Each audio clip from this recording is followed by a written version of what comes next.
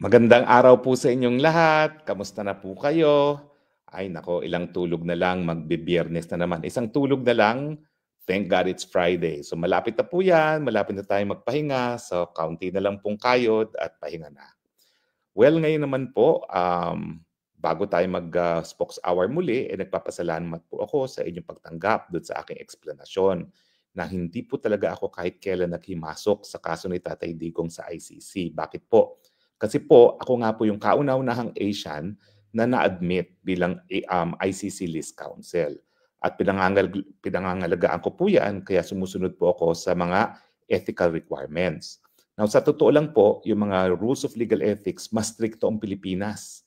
Dahil dito po sa ICC, po pwede talagang mag-solicit ng mga kliyente. No? Pwede ka magpadala ng sulat, mag-apply na maging kliyente, na maging abogado. Pero sa Pilipinas po, yung mere solicitation, pinagbabawal po yan.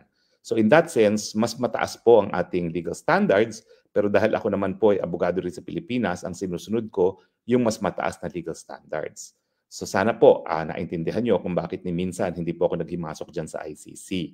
At ang eksplanasyon ay ako po ay nag-propose at bahala naman po ang pamilya at si Tatay Digo kung tatanggapin yan ng isa pang remedyo, yun nga pong kaso na isasampa sa Dutch court na sang-ayon sa katungkulan ng Dutch government na iprotektahan at itaguyod ang karapatang pantao ni Tatay Digong, lalong-lalo niya yung karapatan niya to due process, na hindi siya dapat pakulong ng walang due process. No?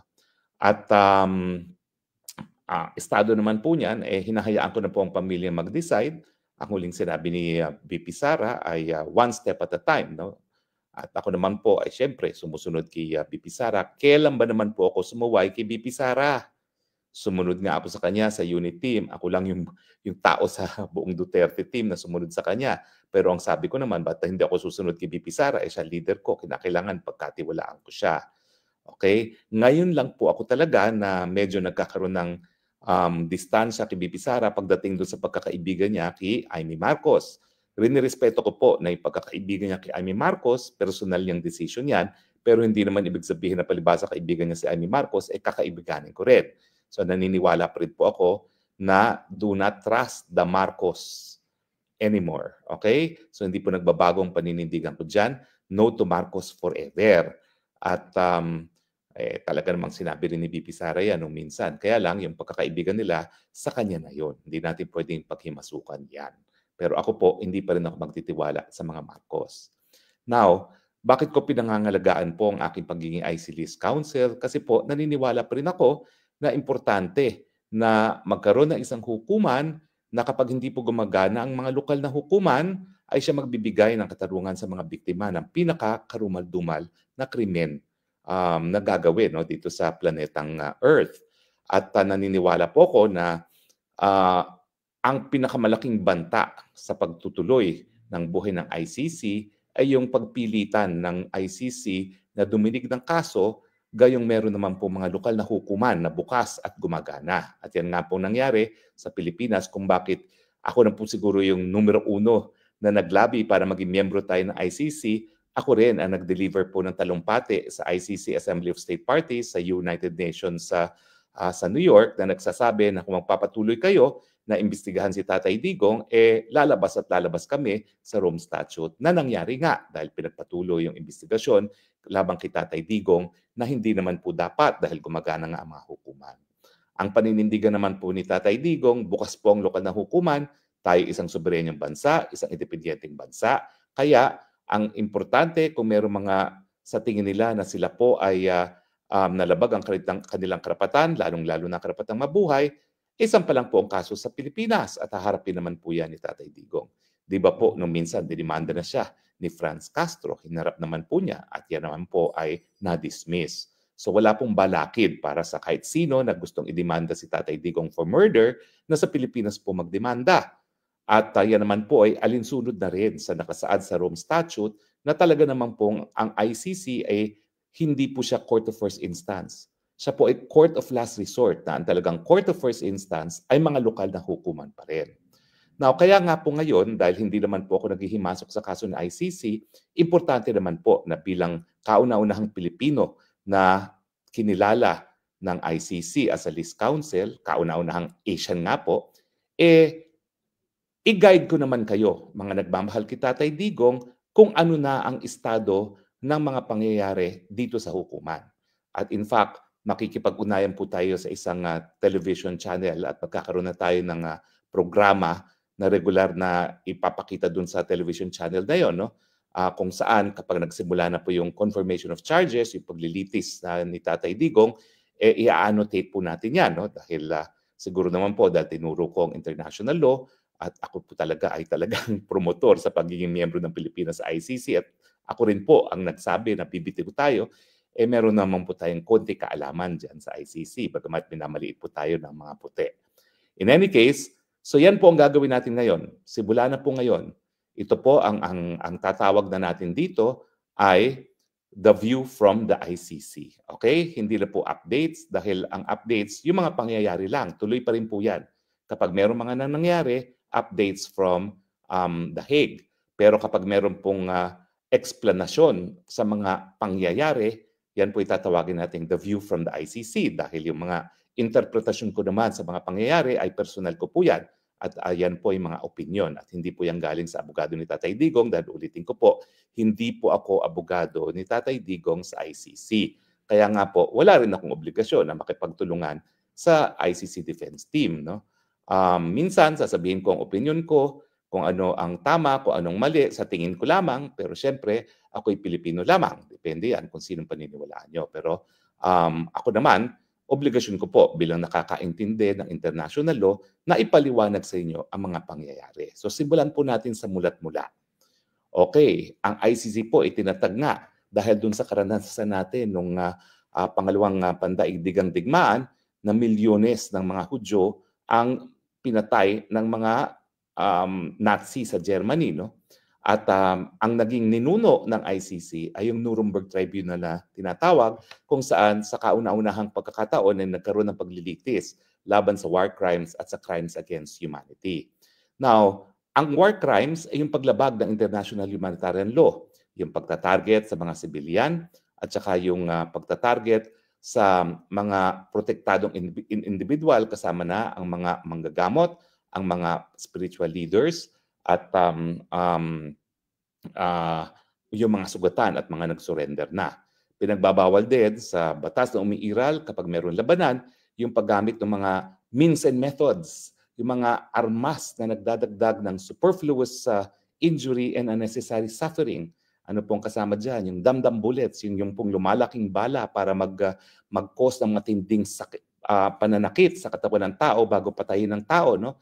Yung mga nakakasunog, yung mga bacteriological weapons, yung mga chemical weapons, yung hindi po pwede rin targetin ng kalaban.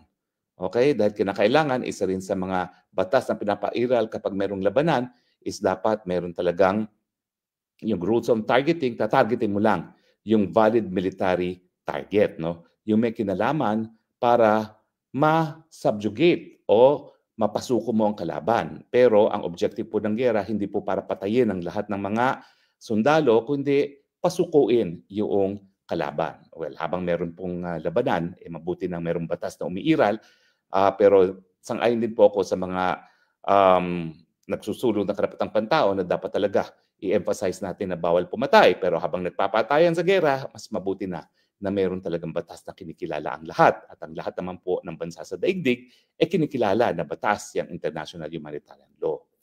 Now, yung crimes against humanity, kauna-unahan po talagang linitis yan sa Nuremberg. Initially, ang problema kasi kapag ang war crimes ang nagiging basihan, pwede mo lang siyang litisin kapag ikaw ay gumawa ng war crimes sa labas doon sa labas ng bansa mo, no? O doon sa lugar kung merong labanan. Pero paano kapag sarili mong tao naging biktima?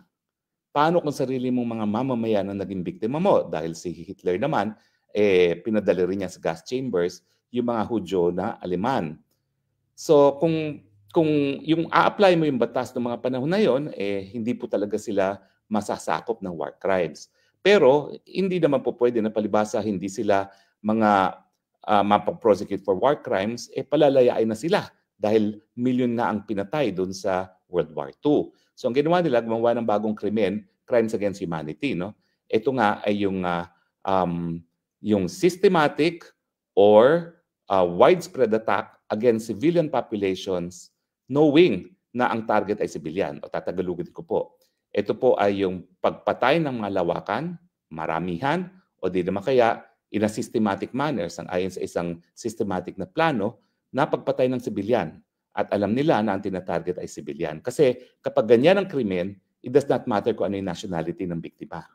Basta napakita mo na ang tinatarget ay mga biktima na mga sibilyan. So yan po ang basehan ng paglilitis kay Tatay Digong. At itong dahilan kung bakit siya inaresto. Dahil di umano, ang war on drugs ay either systematic or widespread. Malawakang pagpatay ng mga sibilyan na tinatarget ay mga sibilyan. O, diba? Nakita nyo na kaagad kung ano talaga ang napakasimpleng depensa ni Tatay Digong. No? Excuse me, walang tinarget na sibilyan si Tatay Digong dahil sila ay sibilyan. Kung meron mang namatay, una-una hindi ito pananarget. Ito ay resulta ng law enforcement action ng mga pulis na pinapatupad ang batas laban sa pinagbabawal na gamot. So doon pa lang, semplang na sila. Kasi in the first place, yung gera laban sa gera ay isang obligasyon ng Estado dahil kabahagi siya ng obligasyon ng Estado na ipatupad ang mga batas laban sa pinagbabawal na droga. At ito naman po ay obligasyon ng Estado hindi lang sa Pilipinas kundi sa buong daigdig. Kaya nga po diyan sa UN Austria, diyan po nakabase yung Drug Enforcement Agency kumbaga ng United Nations. No? At diyan talaga nagtutulungan ng mga iba't ibang bansa sa United Nations para supuin itong problema ng droga. So makikita nyo na talagang ang pangunahing depensa natin, unang-una, walang targeting ng sibilyan dahil sila ay sibilyan. Kung meron man namatay, at sigurado naman meron mga namatay, dahil po yan sa isang legal na aksyon ng Estado na labanan ang pinagbabawal na droga at yung mga individual na nagpapakalat ng pinagbabawal na droga. Okay. Bawal bang pumatay ang mga pulis? Hindi po. Sa karapatang pantao, kapag merong banta sa buhay ng pulis, pwede pong gumamit ng dahas ang pulis para protektahan ang kanyang buhay. Kaya nga lang po, kapag nagkamali ang pulis at gumamit siya ng labis-labis na dahas para protektahan ang kanyang buhay, yung pulis mismo ay magkakaroon ng pananagutan. Now, dito sa crime against humanity, sino ba ang pwedeng mapanagot? Well, unang-una siyempre, yung mga nag-utos. Okay, malinaw yan. Now, magagamit ba yung pag-utos na yan labang kay Tatay Digong? Malinaw naman po ang sinasabi ni Tatay Digong. Mga pulis, kapag tama ang inyong ginagawa, suportado ko kayo. Kung talaga may banta sa mga buhay nyo, bakit kayo papayagang kayong mapatay? Di patayin nyo ang manggababanta sa buhay ninyo. Di ba? So, yung ganyang order po, legal. Hindi po yan illegal. Okay? Dahil legal at all circumstance na protektahan ang karapatang mabuhay ng kapulisan. Ang problema, ang mga tao na nalalaman, na nalalabag yung karapatang mabuhay dahil lantaran ng pagpatay ng tao maski walang banta sa buhay ng pulis at wala silang ginawa, yan ay magiging pananagutan. Ibig sabihin, dalawa yung pamamaraan para maparusahan ang kahit sino man ng crimes against humanity. Kung siya ay nag-utos, either ng malawakang pagpatay laban sa sibilyan, o di naman kaya yung systematic attack laban sa sibilyan dahil sila ay sibilyan, o di naman kaya alam niya na nagkakaroon ng widespread or systematic pagpatay ng sibilyan at wala siyang ginawa para pigilin ito at para imbestigahan, litisin at parusahan yung mga lumalabag sa batas. No, makikita nyo na unang-una, kung walang krimen dahil wala namang malawakan or systematic na targeting ng civilian population dahil sila ay civilian, hindi na kinakailangan pumunta pa dun sa usapin. Kung ang isang tao ba ay nag-utos o di naman kaya siya ay nalalaman niya na nalalabag ang batas at wala siyang ginawa. Yun yung tinatawag nating command responsibility. So two-stage yan. Meron bang krimen? Kung walang krimen, hindi mo na sasagutin sino yung responsable. Pero pag merong krimen, ang sasagutin mo ay sino ang responsable. Either nag-utos ka or dapat nalalaman mo, despite na alam mo, wala kang ginawa para pigilin o panagutin yung gumagawa ng krimen. Now, bakit ko dinidiscuss ito? Well, kasi ang parating na pagbibista ni Tatay Digong sa September 23 ay confirmation of charges.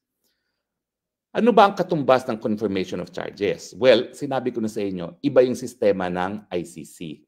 Inquisitorial ito, mas influence ng Europe. Ano nga ba yung mga pagkakaiba? Well, unang-una, yung pag-i-issue ng warrant of arrest, maski wala pang probable cause at ang definition ng probable cause na hinihingi ng hukuman ng Pilipinas sang ayon sa ating lokal na batas, yung likelihood na merong krimen na naganap at yung taong nasasakdal ay may posibilidad na siyang gumawa ng krimen. Mas mataas siya doon sa preponderance of evidence na ina-apply sa civil cases, pero mababa siya sa proof beyond reasonable doubt. Now, ang proseso sa ICC iba. Para magkaroon ng warrant of arrest at pagkatapos magkaroon ng preliminary investigation ng prosecutor, kung meron lang good grounds para mag-issue ng warrant of arrest, pwede na yan. Kaya nangyari kay Presidente Duterte, wala pang probable cause na meron kang krimen na posibleng nangyari at posibleng siya ang responsable sa krimen na yan, pero nag-issue ng warrant of arrest dahil meron daw good grounds. Now, pero wala pang probable cause po yun, ha? Ang probable cause, mangyayari pa lang dito sa confirmation of charges. So, ang katumbas ng confirmation of charges dito sa ating sistema sa Pilipinas ay yung parang preliminary investigation sa piskalya. Bakit mga huwes ang dumidinig dyan? Kasi nga, nung binubuo yung Rome Statute, ang Amerika nagko-complain. Makapangyarihan yung prosecutor na yan. Pwede niyang sampahan ng kaso at i-order ang pag-a-arrest ng isang nakaupong presidente at hindi po pwedeng magamit yung sovereign immunity from suit bilang depensa. Sino yung prosecutor na yan? May pananagutan ba siya? Wala eh. Dahil sabi ng mga Amerikano, unlike sa Amerika, ang prosecutor halalang ng mga miyembro ng mga estado na kasapi ng ICC at hindi halal ng taong bayan mismo. Now, para nga maingganyo yung mga Amerikano na sumapi, bagamat ganitong napakakapangyarihan ng prosecutor, ang ginawa ay nagkaroon ng pretrial chamber. Walang pwedeng gawing hakbang ang prosecutor na makapangyarihan na hindi sasang-ayunan ng pretrial chamber. Nandyan tayo ngayon. Kaya nga, bago magsimula ng preliminary investigation para ma-determine kung merong good grounds na mag-issue ng warrant of arrest, dumaan yan sa 3 mahistrado ng pretrial chamber. At bago naman magtuloy ang kaso, kinakailangan munang ma-determine kung merong probable cause. At yung probable cause na yan, dyan na i-establish sa confirmation of charges. Siyempre, ang hindi makaturungan na sinasabi ko nangyari kay Tatay Digong, kulong muna miski walang probable cause. Kung sumunod kasi sila sa Rome Statute, Article 59, na hinarap muna si Tatay Digong sa lokal na hukuman para nga masiguro ang kanyang karapatan at para masiguro na meron pang dahilan para makipagtulungan ang Estado ng Pilipinas sa ICC na sinasabi natin wala na kasi nga natulog sa pansita ng prosecutor, pangalawang taon nang humingi ng permiso, abiso para magsimula ng preliminary investigation, gayong dapat sinimulan yan nung unang taon pa lang. Okay. Now, hindi siya makatarungan kasi nga dahil hindi dumaan doon sa lokal na proseso na dapat hinarap muna sa RTC dahil habang dinidinig kung dapat nga siyang ipadala sa ICC, pwedeng humingi ng interim release. So yung interim release na ngayon hinihingi sa ICC, kung sinunod ng ICC yung proseso mismo ng hukuman na nakasaad sa Rome Statute, ang dapat magdesisyon dyan sa interim release ay yung lokal na hukuman. Bakit ganun sa Rome Statute? Kasi nga ayaw nila na yung akusado ay mabulok sa dahig na hindi na siguro na yung kanyang karapatang pantao at hindi na siguro na meron talagang obligasyon pang Estado na makipagtulungan sa ICC bago dalhin sa dahig ang isang nasasakdal. So kumbaga, binalanse nila. Bagamat kulong kaagad bago pa magkaroon ng probable cause, ang balanse dyan, yung lokal na hukuman mismo bago mapadala sa dahig, pwedeng mag-order ng interim release. Pero ang nangyari kay Tatay Digong, hindi po natupad yan. Dahil sinortcut ang proseso, binaliwala ang lokal na hukuman, dinala rito, at ngayon nakakulong na at ikinulong pa ng 6 na buwan bago magsimula ang proseso ng pagdedetermine ng probable cause. So napaka-importante po nung probable cause dahil kapag nagkaroon ng probable cause, tuloy ang paglilitis kay Tatay Digong. Now, nandyan na yung katotohanan na sinortcut nga yung proseso. Ano ngayon ang remedyo? Ang remedyo, naghain nga ang mga abogado ni Tatay Digong ng unang-una yung motion na pinapadismiss dahil wala nang jurisdiction.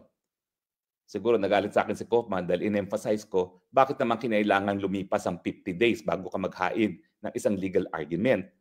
Alam mo, kami kasing lahat na naghain ng kaso sa Korte Suprema para mapigilan nga yung paglipat ni Tatay Digong sa dahig, binigyan namin siya lahat ng kopya namin ng aming mga petisyon. Lahat ng 4 na petisyon naman dyan, sinasabi kung bakit wala ng jurisdiction ng ICC. So talaga ako naman, sige, ngayon, tapatan. Hindi ko maintindihan why it took 50 days. Pero ang malinaw dyan, na-file ang motion to dismiss on lack of jurisdiction after 50 days matapos na pumasok yung batang profesor na si Professor Jacobs. At mukhang si Professor Jacobs naman ang gumawa ng pleading. Okay. Matapos po yan, ay naghain din ng motion for interim release. Ulitin ko po ha. Kung sinunod nila yung Rome Statute, ang huwes na dapat nagdesisyon sa interim release, yung lokal na Pilipinong hukuman. Bago pa naipadala sana si Tatay Digong dito sa dahig. Pero hindi nga nasunod yan. So ngayon, ang magdedetermine ng interim release ay itong ICC. Now, tatanungin ko po, titignan po natin kailan ba naihain yan. No?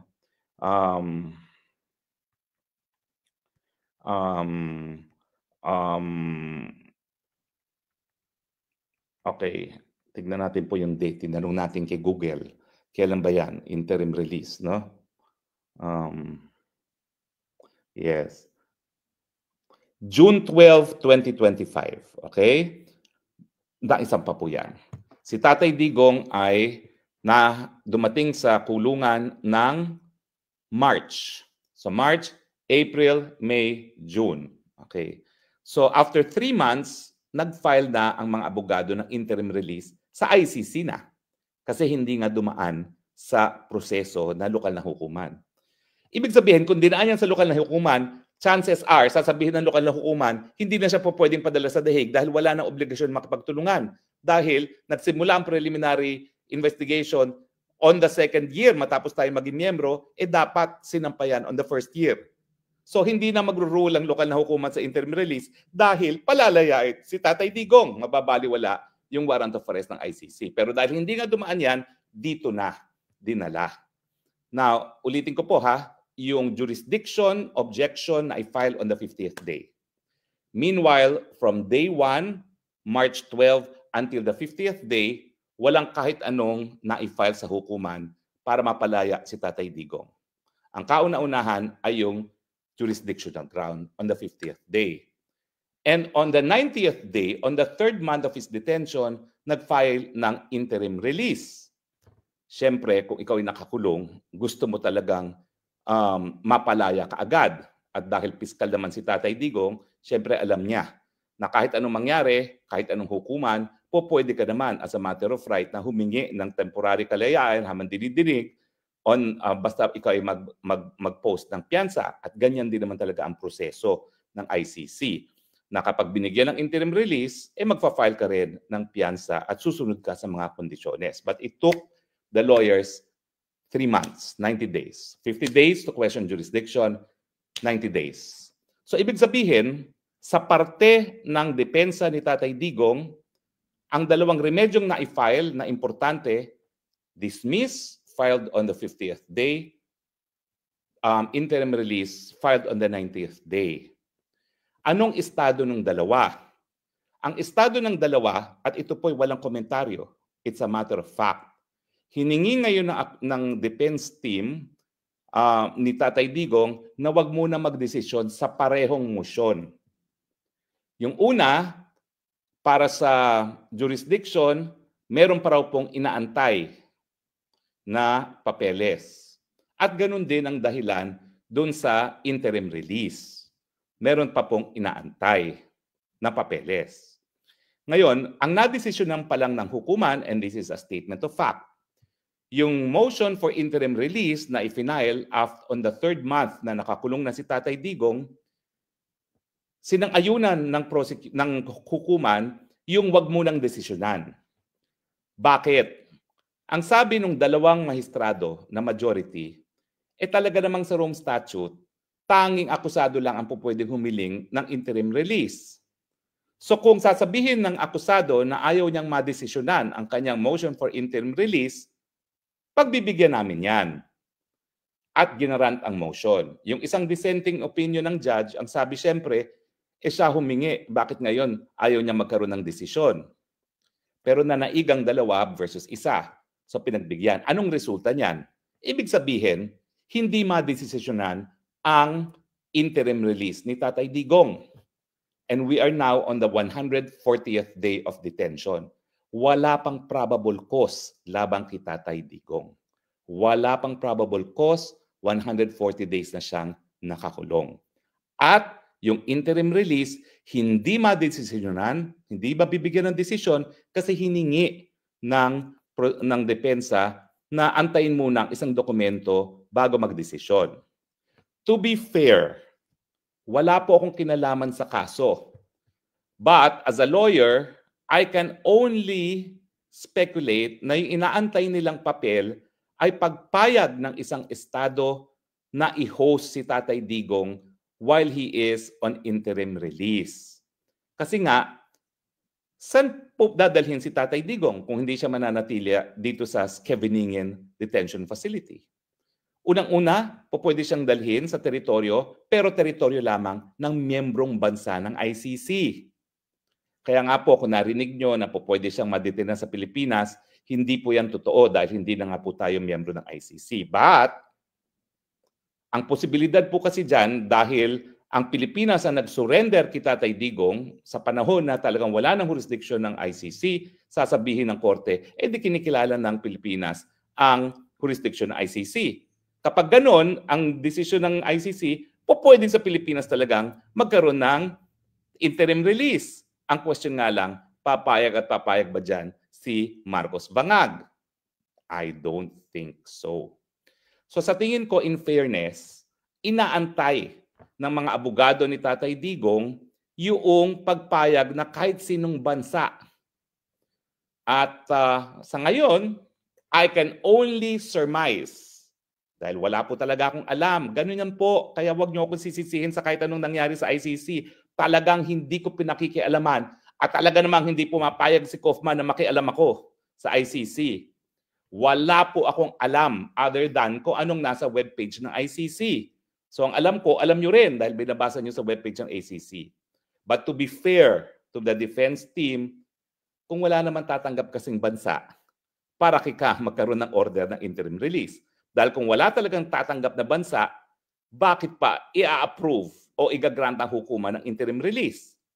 Kung wala talagang tatanggap na bansa, di-deny na ng korte. Kasi wala naman pupuntahan ang Tatay Digong ng interim release. Bakit mo pa i-interim release yan? At siguro ang sinasabi ni Kaufman, kaya ayaw niya magalit ang Netherlands ay isa sa bansa na pwedeng maging host ni Tatay Digong while on provisional release. On temporary release. Okay? Pero sa akin nga, dyan ang difference of perception namin. Dahil matindi talaga ang commitment ng mga European sa karapatang pantao. Bakit? Kasi dito nangyari yung Holocaust ng World War II. Kaya mas matindi ang kanilang proteksyon na binibigay sa karapatang pantao. Kaya nga dito, bumuo sila ng European Court of Human Rights. Bukod pa yan sa obligasyon ng mga estado na ang kanilang mga hukom dapat protektahan at itaguyod ang karapatang pantao para wag na maulit yung genocide na nangyari sa Europe. Nagtayo pa sila ng European Court of Human Rights. So ang aking analysis po dyan, wala pong incompatibility na hingin sa Netherlands yung ganyang temporary release dahil alam naman nila na napaka-importante na pangalagaan ng karapatang pantao dahil dito nga sa Europa nangyari yung pinakamatinding genocide sa kasaysayan ng mundo so far. At ang pangalawang pinakamatindi ring genocide sa Europe din nangyari sa former Yugoslavia. Kaya nga nagtayo ng UN War Crimes Tribunal for the former Yugoslavia. So sa tingin ko, walang personalan kapag nagkaroon ng reklamo na paglabag sa karapatang pantao. Mas interested sila na maiwasan ang pag-ulit ng genocide sa Europe at iba pang daigdig dahil sila mismo nagdusa. Lalo na dito sa Netherlands. Di ba, isa sa pinupuntahan dito sa Netherlands ay yung bahay ni Anne Frank. Sino si Anne Frank? Yung batang teenager na gumawa ng ng diary habang nagtatago sa mga Nazi. Hudyo po sila. Pero tumira sila sa bahay nila sa likod ng isang bookcase. At habang sila ay nagtatago sa mga Nazis, gumawa siya ng diary na nakakahabag. Kasi dinitali niya kung gaano kahirap naman magtago sa mga Nazis. Hanggang nahuli nga sila ng Nazis at hayun, dinala sa concentration camp kung saan doon namatay yung teenager na si Anne Frank. Yan po ngayon talaga ay dinudumog ng mga bisita rito at ang lesson dyan is hindi na dapat maulit muli ang genocide. Kaya nga po ang mga Europeans talagang matindi ang pangangalaga sa karapatang pantao dahil kung hindi, baka maulit muli sa kanilang teritoryo ang genocide. So ngayon, in fairness, therefore, kung wala rin naman tatanggap kita Tatay Digong kasama ang Netherlands, bakit ikagrant ng hukuman ang interim release? So bagamat ang resulta noong motion na wag munang desisyonan ang motion para sa interim release ay dahil inaantay ang isang dokumento at sa tingin ko yan yung pagpayag ng kahit sinong bansa na i-host si Tatay Digong. Kasi kung wala namang bansang tatanggap kay Tatay Digong, i-deny din ng korte ang interim release. Pero, maski meron pang isang bansa na tatanggap kay Tatay Digong, pwede pa rin i-deny ng hukuman. At sa katunayan, sa kasaysayan ng ICC, wala silang nasasakdal na binigyan ng interim release kapag sila ay nasasakdal sa core crimes, yung war crimes at crimes against humanity. Ang tanging nabigyan lang ng interim release ay yung mga tao na akusado doon sa offenses against administration of justice. Ano yan? Yung tampering of evidence, yung interfering with witnesses, sila ay nabibigyan ng provisional release. At yung isang abogado pa nga, na-convict for yung interference with witnesses. No? So ibig sabihin, hindi rin sigurado na kung merong tatanggap na bansa kay Tatay Digong, ay mabibigyan siya ng interim release. Dahil, yan nga po, no? Officially, nag-oppose ang prosecution. Dahil di umano, ay flight risk daw, pwedeng tumakas daw si Tatay Digong at pwedeng takutin ang mga testigo. Hindi ko sinasabing tama yan, pero yan ang depensa ng prosecution sa kanilang pagtutol. Ako naman, paano naman makakatakas ang 80 anyos na balat at buto na? At paano naman mananakot ng witnesses ang isang 80 anyos na balat at buto na? Now, ako naman, bagamat ang track record ng hukuman na hindi nagbibigay, kahit sinong hukuman, ayaw nilang mamatay ang isang 80 anyos sa kulungan nila. So aking prediction, bibigyan naman siya ng interim release kung merong papayag na bansa. Ang problema, baka walang pumayag na bansa. Yan ang katotohanan dyan. Okay? Pero tuloy pa rin ang proseso. Kaya may interim release or hindi, kinakailangan umaten pa rin si Tatay Digong sa kanyang pagliliti sa September 23 sa confirmation of charges. At doon, magpipresenta ng ebidensya ang prosecution na mayroong krimen na posibleng naganap at ang krimen at yung nasasakdal na si Tatay Digong at posibleng gumawa ng krimen na yan. Ano yung krimen? Crimes against humanity. Widespread or systematic targeting of civilians, knowing that civilians were targeted. Malawakan o di naman kaya systematic na pagtatarget sa civilian na alam niya na ang tinatarget ay civilian. So sa akin, nasabi ko na kung paano didepensahan dyan. Walang targeting ng civilian. Ito'y legitimate police operation. Okay? At pangalawa, kung sasabihin nila na ang daming biktima o kaya sasabihin nila merong oplan dyan, so merong system, ang next defense, inutos ba yan ng presidente? O di naman kaya ay alam ba ng presidente yan at wala siyang ginawa? Sa akin, papakita ko yung kaso ni Kian na kapag ang pulis ay napatunayan na talagang gumamit na labas na dahas, anong nangyari? Pinakulong, di ba? Walang kahit sinong gunggong na pulis na pumapatay as a power trip ay ang pinoprotektahan ni Tatay Digong. Siguro, may mga hindi na parusahan kasi hindi rin sila nagdemanda sa Pilipinas. Ang tanong, could the president have known about every single case ng mga power tripper na pulis na pumatay na walang dahilan? Paano mo mapapatunayan yan? Abogado nga yung Tatay Digong. At palaging sinasabi, hoy, kayo mga pulis, pag hindi kayo sumunod sa batas, you're on your own. Pero pag kayo sumunod sa batas, poprotektahan ko kayo. Yan po ngayon ang paglalabanan. Now, ang sabi ng depensa, ang tanging ebidensya na ipopresenta nila ay documentary evidence. Nasa sa kanila yon. Pero anong epekto niyan? Gaya rin ng preliminary investigation sa piskalya, kung ang isasabit mo lang ay documentary evidence, paano mo ngayon masasapawan yung mga ebidensya ng prosecution na merong testimonial and documentary evidence? Yun ang problema dyan. No? Well, siguro, ang binabasa ko dun sa interview ni Kaufman, sinasabi nila na patunayan muna nila kung talagang inutos ni Presidente yan or di naman kaya ay alam ni Presidente at wala siyang ginawa kasi sinasabi niya yung indirect criminal responsibility yung binabanggit niya. No? Well, call niya yan. Call niya yan. Pero, siyempre, iba't ibang abogado. Ngayon, anong ginawa ko? Diba? Nagtatago ako noon dahil ayaw ko malaman ni Marcos kung nasaan ako. Pero nang sinampahan nila ako ng kaso sa piskalya, kinailangan sumagot ako. Sabi ng aking abogado, bali wala sagot mo, sasampahan ka pa rin ng kaso. Ang tanong ko naman, kung sasampahan ako ng kaso, paano naman ako makakadulog sa hukuman later on kung hindi ako sasagot? At least ngayon, magkakaroon ka ng pagkakataon mag-file ng motion for reconsideration dahil sumagot ka, and after that, kung hindi din ay motion for reconsideration, pwede ka magpunta ng Court of Appeals. Yun lang naman ang proseso na ginawa ko nung ako mismo ang nasakdal. Pwedeng hindi ako sumagot. Pwedeng wala akong testimonyang pinresenta.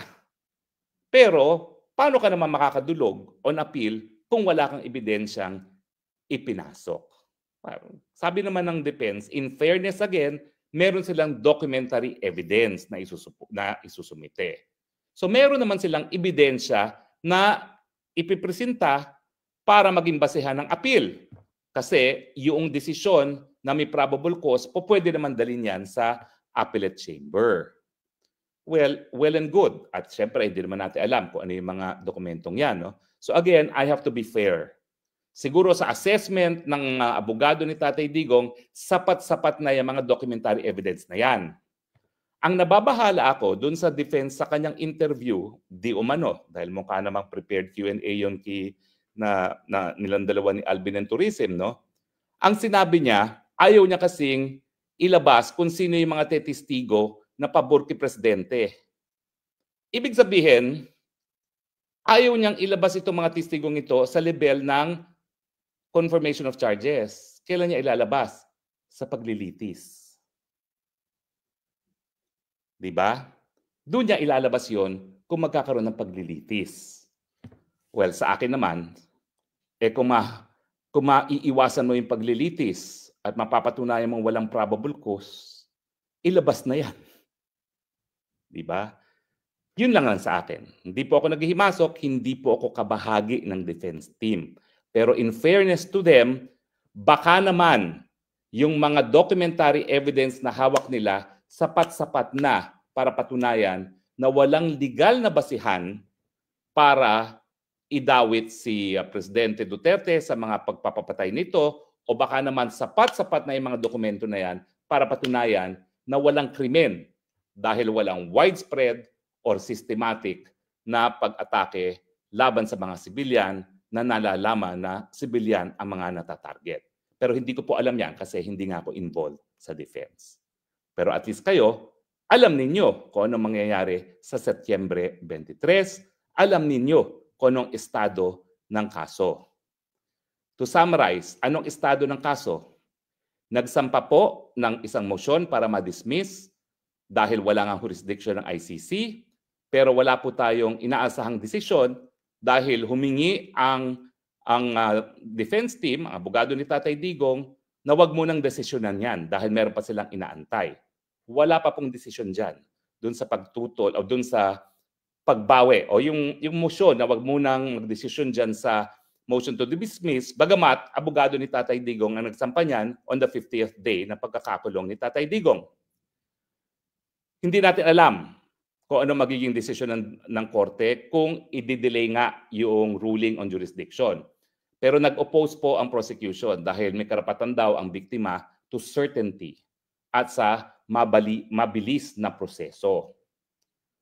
Now, so whether or not magkakaroon ng decision na no jurisdiction, di pa natin alam. Naghain tayo ng motion, pero ang akusado rin ang nagsabi, wag muna kayo magdesisyon, tinutulan ng prosecution. Yung interim release, naghain ng motion, sinabi wag munang desisyonan yan dahil may inaantay pa kami. Ang duda ko, ang inaantay ay yung pagpayag ng isang bansa. Siyempre, kung wala namang bansang papayag, bakit pa didesisyonan ng korte na magkaroon ng interim release? So it makes sense. Di lang tayo sigurado na miski may bansang pumayag, mabibigyan ng interim release dahil walang nabigyan pa ng interim release sa ICC, na isang malaking pagkakaiba ng ICC sa UN War Crimes Tribunal for Yugoslavia na halos lahat ng mga nasasakdal ay nabigyan ng interim release. Pangatlo, confirmation of charges. Magpepresenta ng ebidensya ang prosecution para patunayan na mayroong probable cause, na mayroong widespread or systematic attack directed against civilian populations, and knowing it was directed against civilian population, at dapat maparusahan si Tatay Digong dahil either siyang nag-order dyan or alam niyang nangyayari na wala siyang ginawa. At ang panig naman na ni Tatay Digong magbibigay ng documentary evidence dahil ayaw ngang malaman kung sino yung mga ebidensya, mga testigo na pabor kay Tatay Digong na sabi nila napakadami. Okay? At ayaw nilang i-reveal kung sino yan, i-reveal lang sa trial. So yan po yan. That's as objective as I can be, bagamat meron din akong mga obserbasyon. By way of conclusion, magdasal po tayo. Dahil ang pagkakakilala ko kay Tatay Digong, hindi niya kakayanin yung pagkakakulong niya, lalong-lalo na dahil siya ay hinuhusgahan ng mga dayuhan. Kung siguro sa Pilipinas siya nakulong, matatanggap niya yan.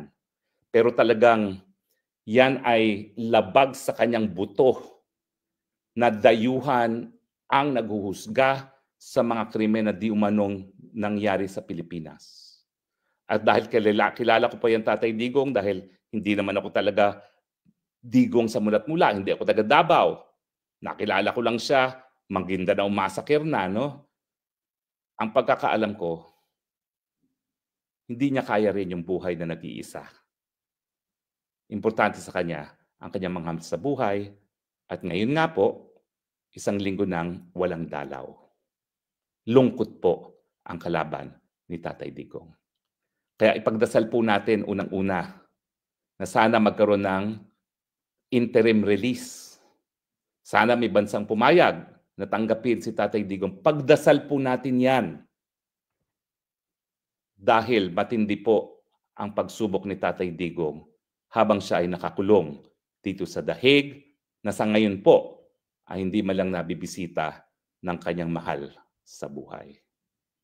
Siyempre, pagdasal na rin natin na sana po sapat nga yung documentary evidence ng mga abogado ni Tatay Digong para magkaroon ng desisyon na walang probable cause at dapat palayain na si Tatay Digong.